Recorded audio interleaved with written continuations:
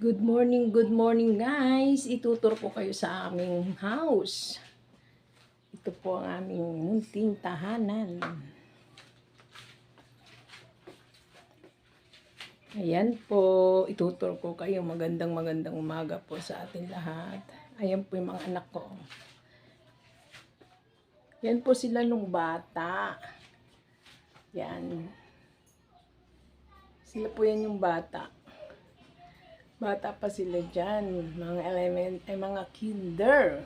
Kinder po sila. Tingnan niyo po yung family picture namin. Baka magtataka kayo bakit apat lang kami.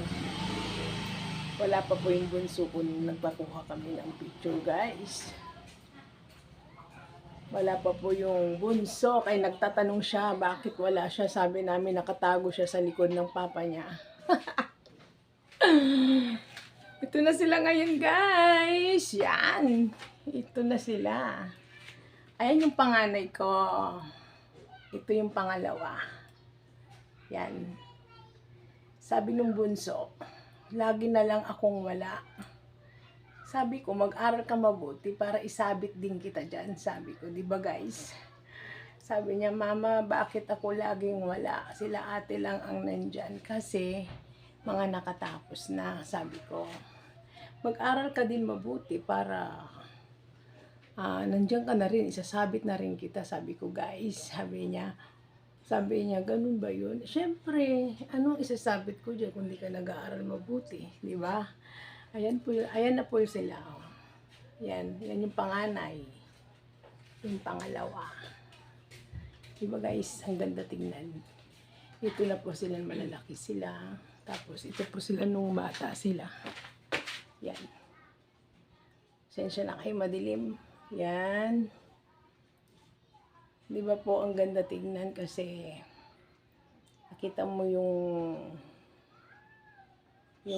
talagang mula bata sila hanggang paglalaki nila. Sabi nung anak kong bunso, bakit lagi ako wala? Sabi ko, kasi nung kinuhanan namin guys, yan yung pamilya, dalawa pa lang anak ko, hindi ko pa po siya pinapanganak. Hindi ko pa po kinuhanan po yan 2005, 2008 ko po siya pinanganak. Kaya wala siya.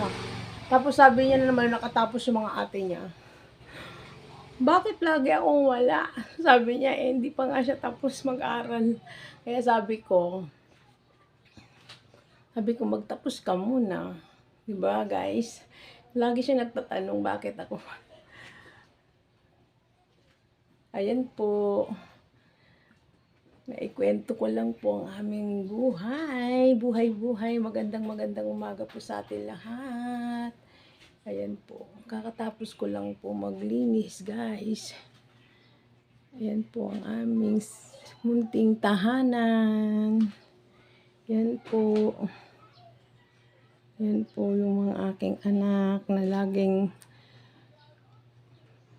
support sa kanilang pag-aaral. Araw-araw. Wala akong kasama ngayon, guys. Nasa school po silang lahat.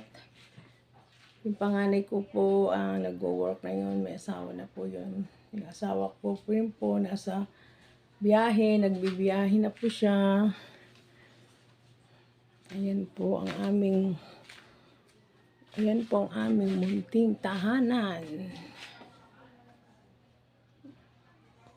Okay, good morning sa ating lahat. See you next my video. Bye-bye.